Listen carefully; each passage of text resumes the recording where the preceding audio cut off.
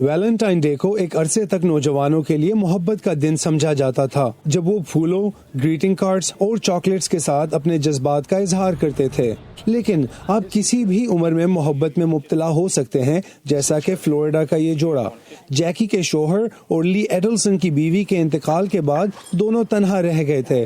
8 سال پہلے ان کی آن لائن دوستی ہوئی اور وہ پہلی ملاقات میں ایک دوسرے کی محبت کے اسیر ہو گئے۔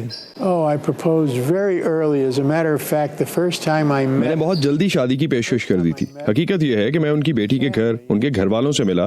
ان کی بیٹی نے مجھ سے گفتگو شروع کی تو میں نے کہا، لوری، مجھے آپ کی والدہ سے محبت ہو گئی ہے۔ اس نے مجھے ایسے دیکھا جیسے میں کوئی دیوانہ ہوں۔ اس نے کہا، آپ تو ان سے ابھی ملے ہیں۔ میں نے کہا، مجھے معلوم ہے میں ان سے ابھی ملا ہوں، لیکن میں ان کی محبت میں گرفتار ہو گیا ہوں۔ اس موقع پر اپنے فیملیز، کالیگز اور ان تمام لوگوں کو گریٹنگ کارڈز بھیجے جاتے ہیں جو یہ جاننے کا حق رکھتے ہیں کہ ان سے محبت کی جا رہی ہے۔ ولیم وائٹ کی عمر 104 سال ہے۔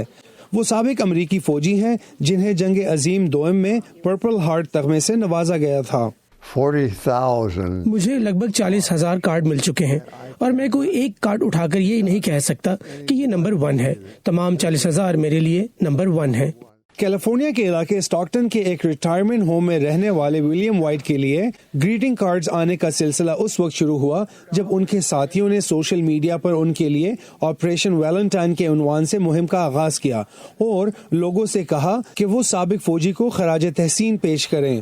ان کا ہدف صرف 100 کارڈز کا تھا۔ ویلنٹائن ڈے پر سب سے زیادہ فروخت ہونے والی شے گلاب کا پھول ہے اور امریکہ میں تقسیم کیے جانے والے بیشتر پھول کولمبیا سے آتے ہیں۔ گزشتہ سال امریکہ کے محکمہ کسٹمز کو ویلنٹائن ڈے سے پہلے گلاب کے 70 لاکھ قلموں کا معائنہ کرنا پڑا تھا۔ یہ درست ہے، ہم پھولوں کی پیمائش ان کی قلموں سے کرتے ہیں، باکسز سے نہیں۔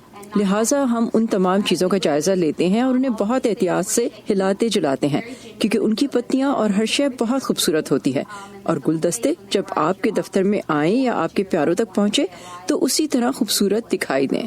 ویلنٹائن ڈے کے ہفتوں میں ریسٹورانٹس اور انٹرٹینمنٹ کی صنعت کا کاروبار بھی چمک جاتا ہے۔ ہر سال اس موقع پر رومانوی فلمیں ریلیز کی جاتی ہیں۔ اس سال پیش کی جانے والی فلموں میں دی فوٹوگراف اور ڈاؤن ہل شامل ہیں، جو 2014 کی سویڈش کامیڈی فورس میجور کا امریکی ریمیک ہے۔